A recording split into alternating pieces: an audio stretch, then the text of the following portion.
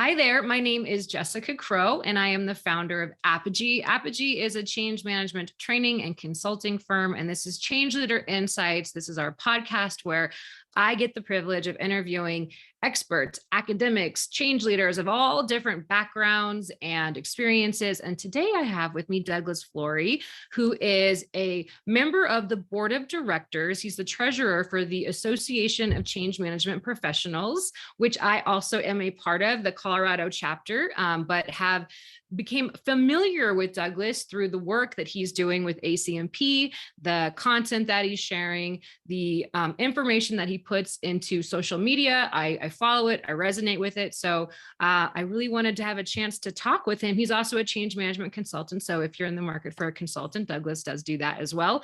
But thank you so much for being here today. I'm really excited to talk with you about change management, change readiness, and also the topic of resilience and maybe the link between the two. So thanks for being here. It's my privilege. I'm humbled to be here with you, and I could talk change management all day with you. So thank you. Yeah, I look forward to it. Me too. Maybe a little background then for people who are tuning in. How did you get into change management in the first place? I love that question because I use that same question sometimes too. And so here's my story. Okay. It's a very distinct memory that I have. I recall it pretty clearly. I was in fourth grade and the teacher had career day. And, cool. She's going around the class and I'm looking at my friends and they're like, yeah, baseball player, nurse, doctor, teacher, all these things. And then finally my turn came and I said, global organizational change management leader. Yeah, right. And the entire class just stopped and said, like, who's that kid? Me too, which is a funny story. No, I'm kidding. Know. We showed them, didn't we? So I made Miss Applegate really happy that day. She was impressed, I'm sure. Yeah. No, like most people these days, I found my way into change management.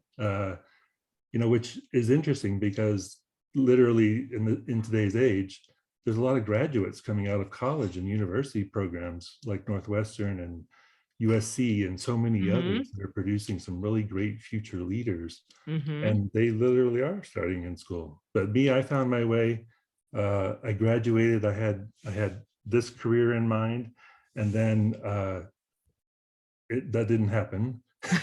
So I landed at a financial institution, and they started throwing these different methodologies at me, and I was like, I don't know what this stuff is. What is this? Yeah. And so they started off with project management, and then it was like Lean Six Sigma, and then I guess I was doing well, and they kept throwing more at me. And then they were like, hey, here's this change management thing. And I was like, what's that? Right. I didn't know what it was, and to be honest, I didn't really appreciate it for what it was at that time because I was like absorbing so much. And so I kept the materials and I still have them today. That was like 20 some years ago. Yeah. But eventually that's how I got into it. And then I started realizing, wow, this is really, as I started doing all these methodologies, I realized it all comes back to people. Absolutely. That's where I landed, and that's what I've been doing. And I'm fortunate and blessed to be able to do that. And I love it. Good. I love that story because I resonate with that story. I was trained and certified in change management, not knowing, I joined an organization. They're like, you're going to do change management. You're going to be part of the founding team of this change management organization. I was like, great. What is this? And so when, like most people who likely go through the process of learning about change management, it's a lot of stuff you're already doing, but the training sort of brings it together in a way to help you think about it in a more strategic way. And I liked that a lot about it. And I still have my, my resources that I acquired back then, but in every role. So I didn't stay in change management. I went from one role to another. There's this really cool, leadership development program at the organization I was at. In every single role, however, I used my change management skills. So that's kind of, why I'm still doing change management, because to your point, it's all about the people. You could have this amazing solution, this amazing idea, but unless people align with it, buy into it, want to change, they're not going to. Yeah. So it's a really neat way of thinking about solving business problems by working with and through people. Yeah, Um, yeah, it yeah. is. So, so for people who are, again, tuning in, we talk about change, readiness, and resilience in some of the forums that we have access to through ACMP. So plug for ACMP as well. And it's really great conversation. And it gets me thinking about how we do what we do differently. And Mhm. when it comes to the topic of resilience, I've presented that a few times, and I've gotten some interesting feedback from other change management professionals and counterparts where the idea is, well, there's so much of, human behavior and what's happening in a person's life that trying to be responsible for supporting or encouraging or developing resilience isn't really what we do. It's not in scope. We Mhm. think, it's more of a, we align with the project and we make sure people are ready. And then, we do all the things we need to do, but resilience isn't really, something we do. And then on the other hand, people are like, well, today, well-being is a topic in organizations, Mhm. and it does matter how people feel and their overall mental health, physical health, the structure, the environment. So what is your take on when it comes to being a change management leader or a change leader in the organization, how do you think about enabling getting your team ready and this concept of also resilience, and is there a bridge between the two? Yeah, I do see the value in that, but I think it's two different things in my Yeah. mind, at least how I approach it. Uh, so I think it's well-being and resilience, Yeah. and there's a correlation, but I think they're distinct and separate. So Yes. well-being to me is like mental health, physical health, making sure you're able to have balance and a Hmm. sense of purpose, and you're doing something that's meaningful, right? Yep. Um, Resilience to me, though, is something that, like, it's almost like character. Like, how do you Hmm. teach character, or how do Mm. you teach resilience?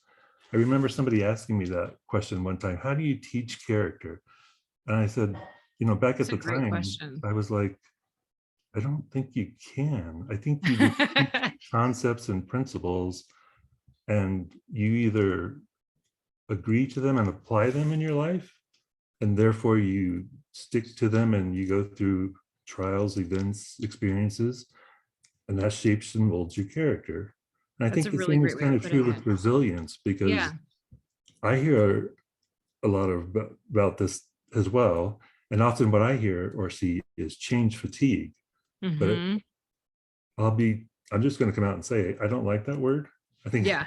I think it's, I think it's more about change resilience. Because Yes. if you think about, like, this time of the year, a lot of people are going to the gym, and because they're renewing their focus on what their life and what they want to do.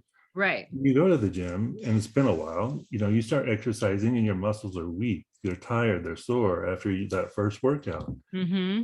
So yeah, that could be fatigue, sure. Hmm. But after you keep going to the gym, you start getting stronger, faster, quicker. Your heart rate and everything is doing really well.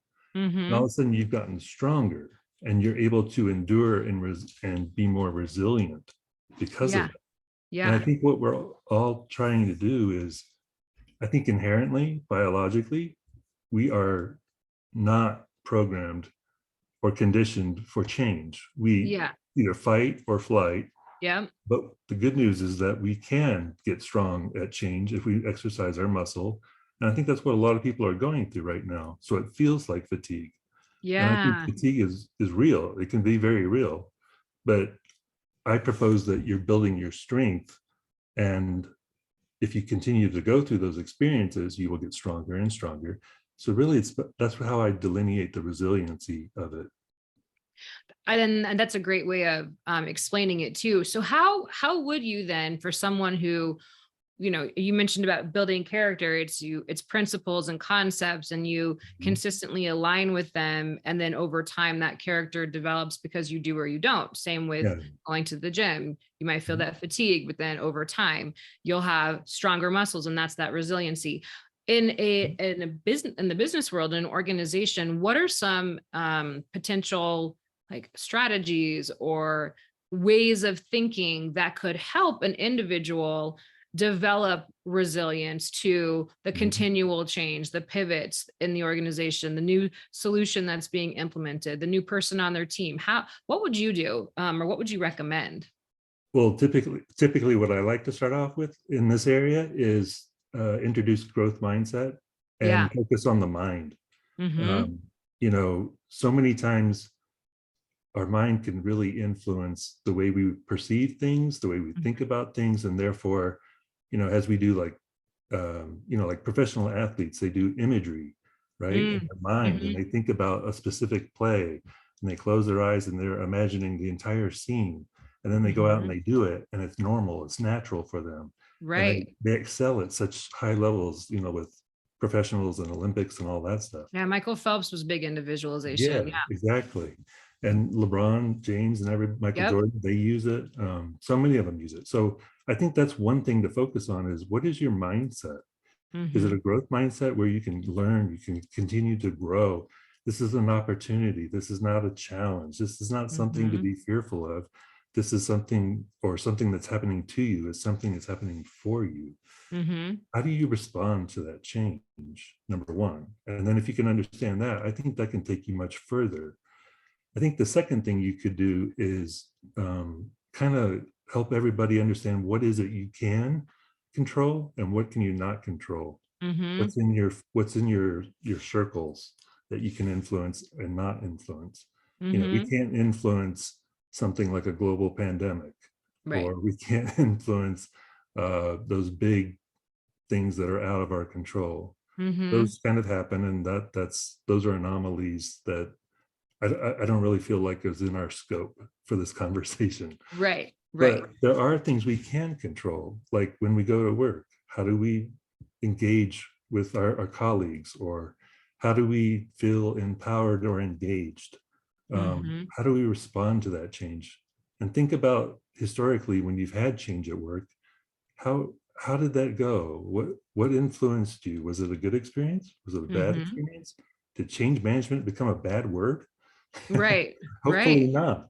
But setting the stage with those kinds of things, I think really helps. And then lastly, I think, well, I don't know if it's lastly, but the third thing that comes to my mind is that as change leaders, and as leadership, we Right. should be looking at, what is it that we're creating and asking everybody to focus on for the year, whether it's KPIs or certain performance indicators or goals, or just part of whatever your daily job is. And then how are we coordinating and organizing that in a way that it's not overwhelming? Here comes 300 things at once. Wow, that's not going to help anybody. That's going to Right. burn them out, and that's not going to work. You're not going to get the result. But if you strategically lay that out, like a comms plan, or some kind of roadmap or something, Yeah. do it in ways that maybe you take those 100 items or whatever and you group them together because they kind of have common ground. Mm-hmm. Or here's another group that has common ground, and lay them out over a period of time. Doesn't have to be a week, a month, a year. It could be a couple of years. But if you can Right. do that, then you're influencing the cadence, the pace, and the Which is capability huge. and capacity of what people can deal with. Yeah. So you get best results. And you made a really good distinction between, and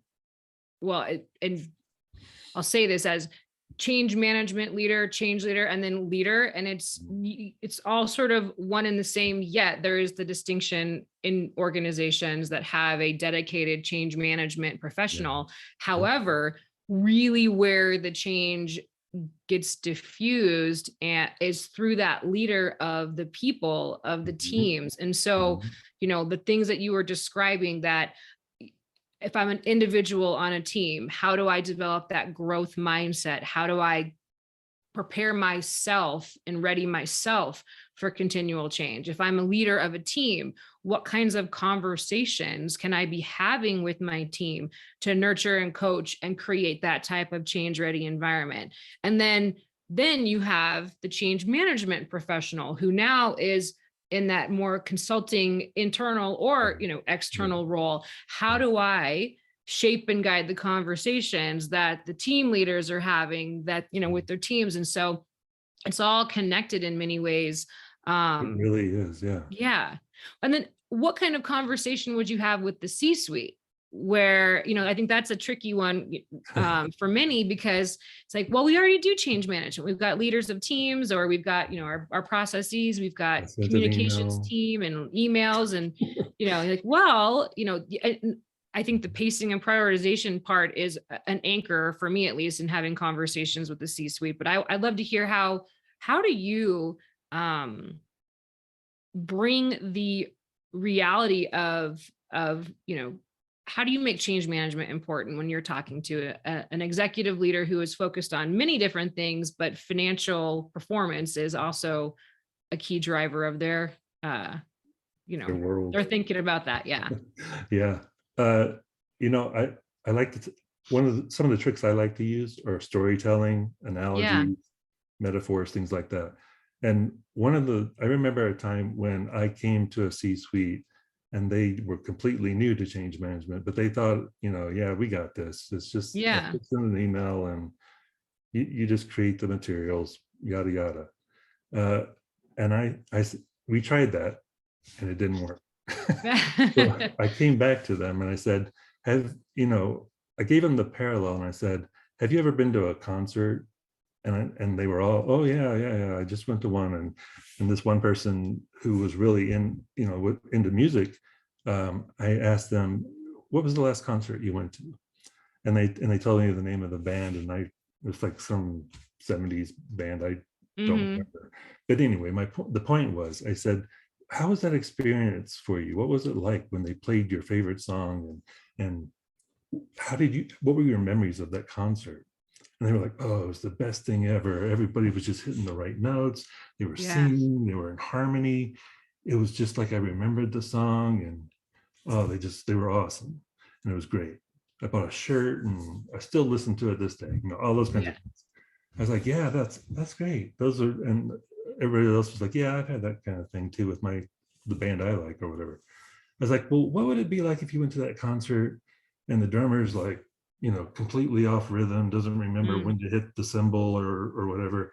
And the rock singer's completely off tune. And the guitarist is like, playing bass instead of the acoustic guitar. And the piano guy is hitting the wrong keys. What would that experience be like? And they were like, oh, that would sound like, garbage. Yeah. I would want my money back. I'd want a refund. What is this, even the same band I know, or a cover band? Right. And I was like, exactly. And because of those individuals trying to perform on all these different things, they're not collectively orchestrated. And if you orchestrate your efforts around that, you can create something amazing that people love. They remember. It creates an amazing experience for them that's positive. And that's what we're trying to do. And all of a sudden, light bulbs started going off, because instead of throwing change management stuff at them, I went human and said, here's something we all relate to. What would that be like? Yeah.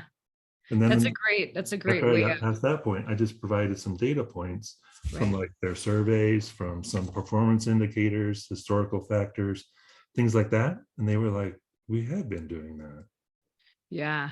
Yeah. Oh, that's cool. I mean, that's a really, as you were describing it in my head, I was visualizing all the things. So that's a really nice way of explaining the value of utilizing change management as, in an organization, and having that care and focus. So that's cool. And secretly, if you think about it a little bit further, if you get into the nerdery of it, music has timing. It has cadence, it has rhythm, and that's what we're trying to establish in your culture, because that's very much a part of your culture, is the rhythm, the cadence, the flow, the way you do things. those are all part of your culture. And if you can embed this into your culture so it becomes routine, you're going to see dividends on the results when you make these tweaks and changes to your Mm-hmm. performance. And do you think that, what you've just described too can contribute to the resilience of an organization as a result of making those tweaks and modifications so everyone's singing and playing in harmony?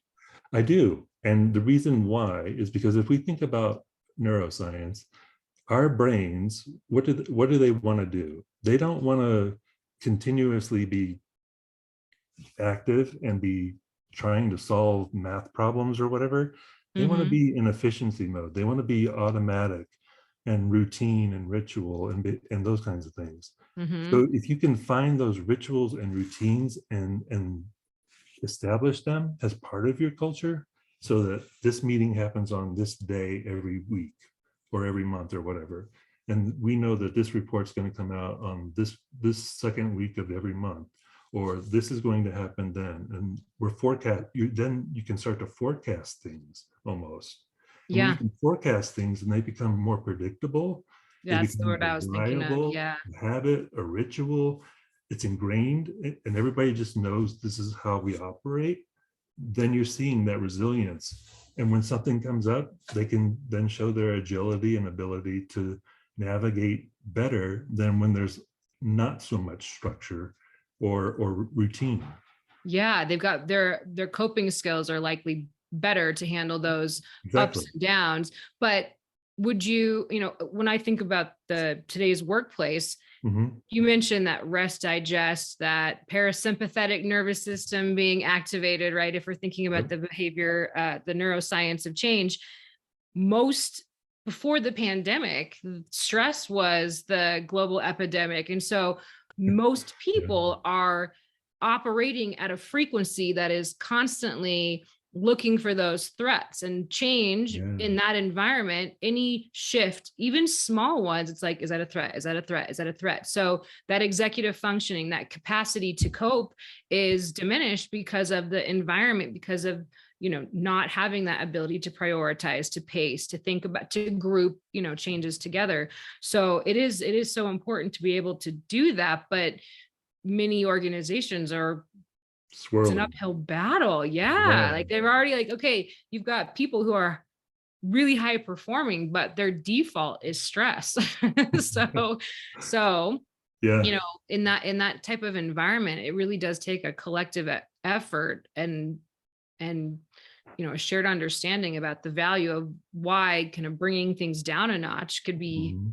make the organization even more effective in what it does on a Right. day-to-day basis. Yeah, and I think, I think it's very true. Everybody for the last 3 years has gone through a lot, companies Hmm. and organizations included. And I think a lot of people are maybe beginning to feel more comfortable, perhaps, Hmm. uh, as a result of things becoming a little bit more, I don't want to say the way they were or normal, Hmm. but not so hyper sensitive or inactive as a result Hmm. of what we were going through. Hmm. Um, and as they're coming out of that, I think, now they're dealing with a lot to figure out. Um, Even children, especially, uh, Hmm. with everything that had to go through as well. But I think when so many times we hear the words like, "Oh, we want to go back to the way things were," and I don't think really what they're. Often, I think what we translate that into, and I don't know. Tell me what your thoughts are on this, but I think a lot it translates or somehow all the sudden jumps into the conversation of RTO, hybrid, and remote. Hmm. And I don't think that's really what they're seeking. I think what they're seeking is some kind of routine, some kind of habit, some kind of normalcy, so that they can feel that sense of comfort because their brain has been so active all the time that they're just so desensitized almost to what they've been going through. But Yeah. I think the whole remote RTO thing, hybrid, that's another thing that they have to consider. But I think truly what they're looking for is that cadence, that rhythm, the orchestration of things. That that makes a lot of sense to me, actually. And I agree with what you're saying. it does seem like it's not necessarily where people are working Mhm. and how. It is more about having that stability and Yeah. consistency and knowing what to expect, that predictability that you mentioned, so Yeah. they can really focus on doing the work versus trying to identify the threats, right? and Mhm. and manage all of that. And Yeah, when that makes we, a lot of sense. yeah, and even when we get back into normalcy, our Yeah. brain is going to continue to go back into that, that automatic mode of Mhm. efficiency. It's going to continue to scan for threats. It always Mhm. has, always will, That's always how we're does. designed. Yeah. That's how we're designed. So, that's kind of why it's fight or flight. It's scanning continuously in the environment to say, is this a threat? Or is this person a threat? Or is that thing a threat? And we don't traditionally stop and think about it because it's just automatic and routine. Yeah. We don't sit there and go, hold on, is that computer a threat? Is that is this a threat? It just happens when we're Yeah. in an environment.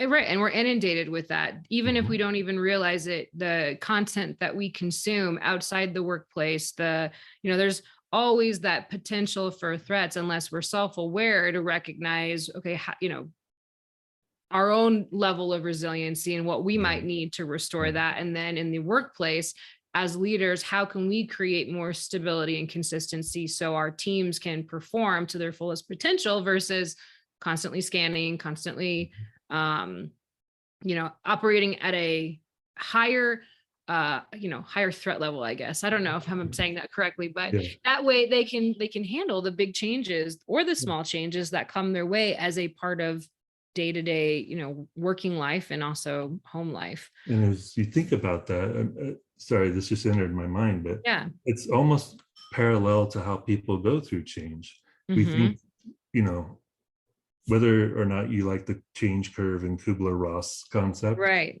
I'm not here to debate that. But the concept is that people go through change at different rates of speed.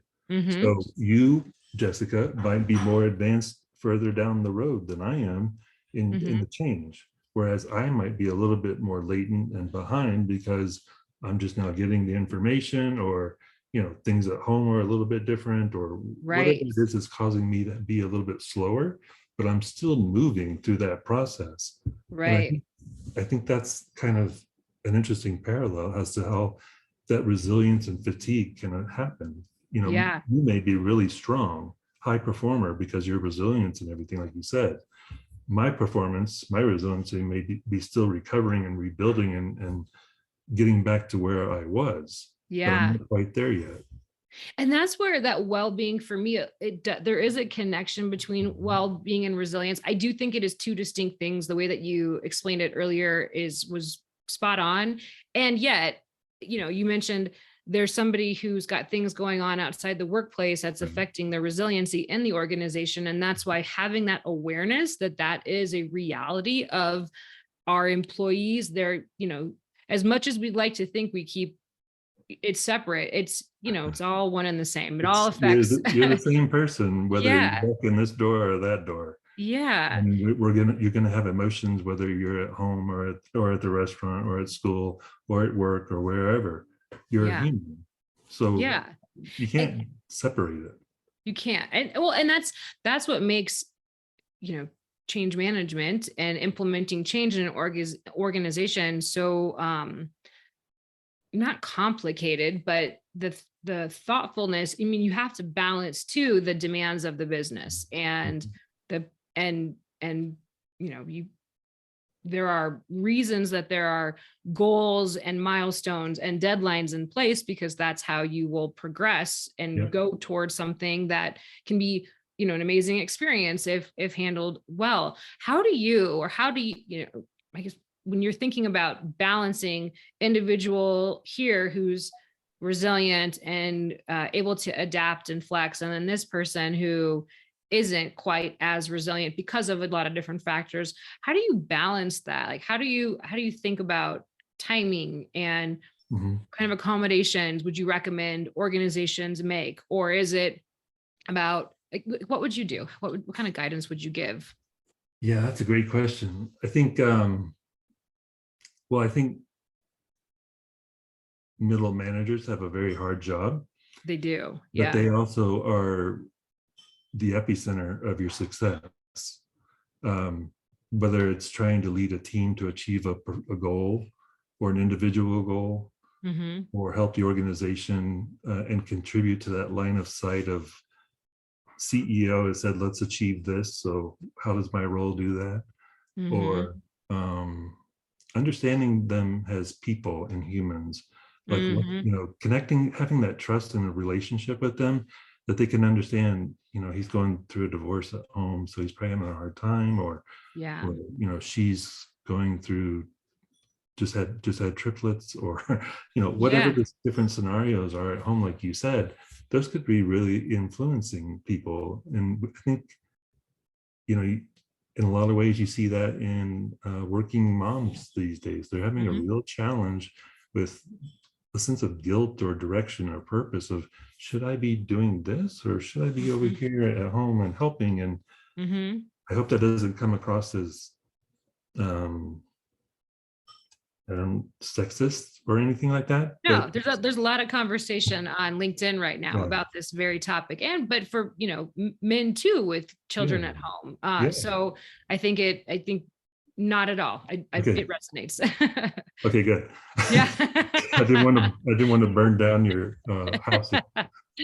But I know it's a reality, because the people I talk to, and whether they're male or female, or whatever their situation is, it's a reality for them. Mm-hmm. But so I think there's that factor right there. Number one is having some kind of trust and relationship with those people, so you can know where they are, and then you can help guide them and set expectations that are appropriate to meet them where they are. I Yeah. think and then when you look at it as a bigger structure, a bigger picture, like a program manager, a change manager, a leader, something like that, I think it comes down to like almost stakeholder identification and engagement Mm-hmm. is kind of what's in my head. And so I think about, let's say, you could take it down to a macro level or a micro level.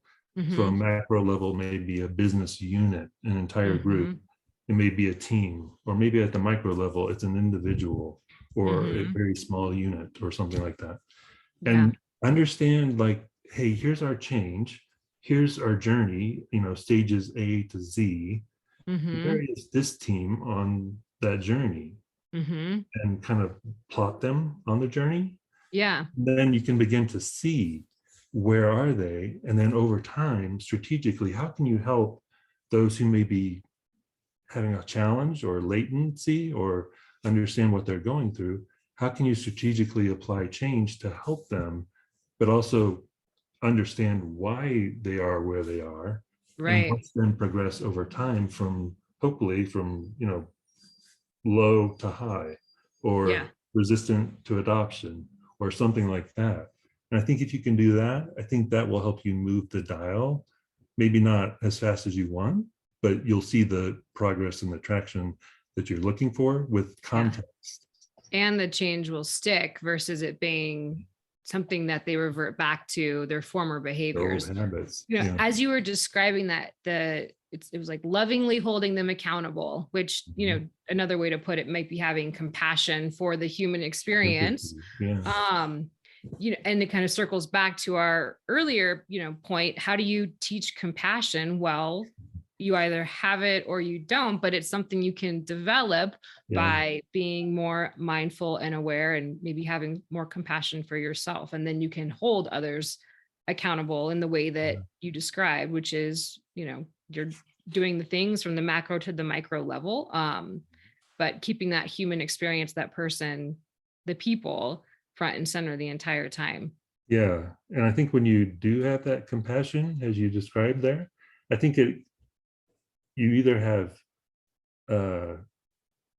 empathy, or you have sympathy, or you have apathy, Right. Oh, depending that's a upon great what way to your put it. experience is. Like, Yeah.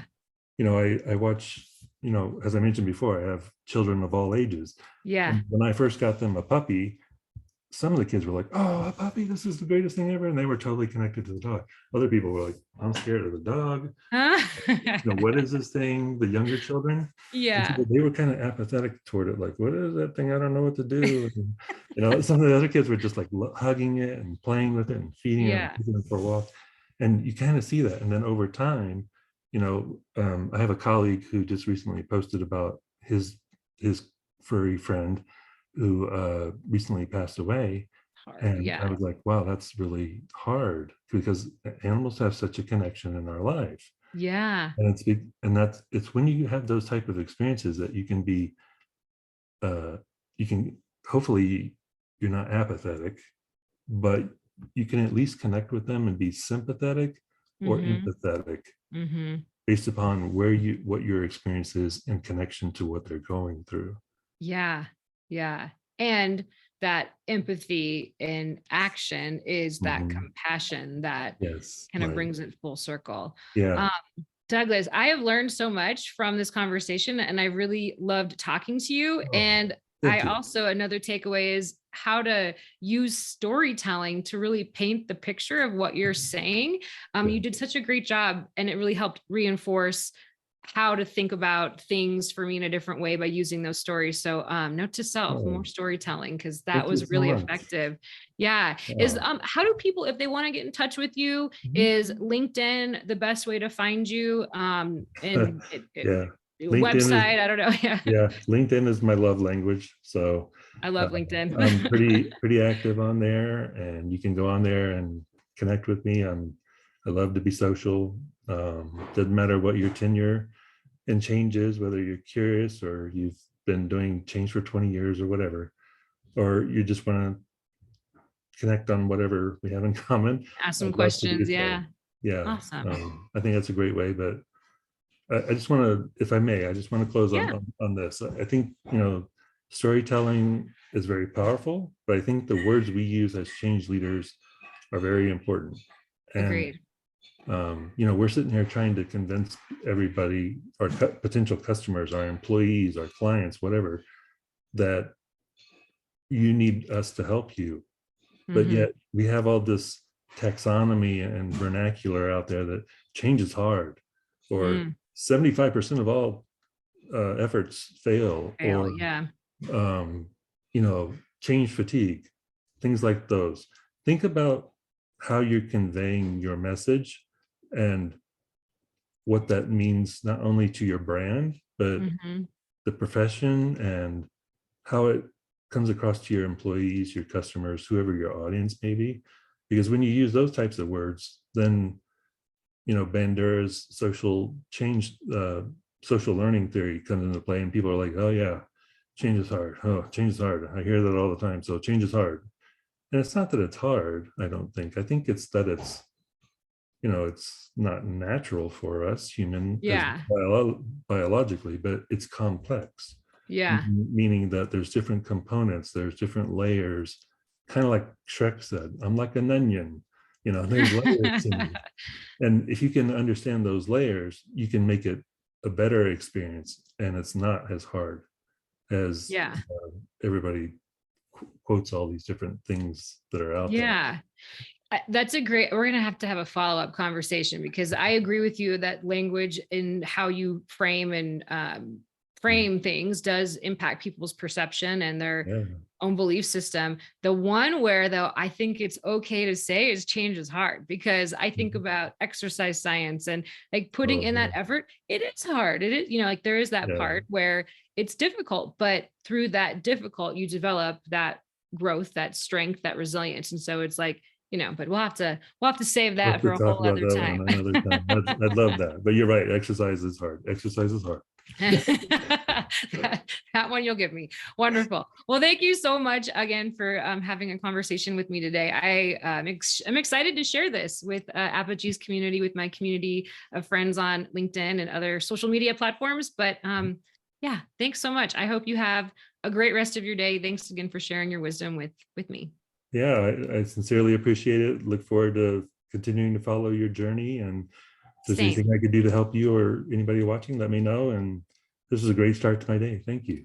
Wonderful. Thanks, Douglas. All right, bye.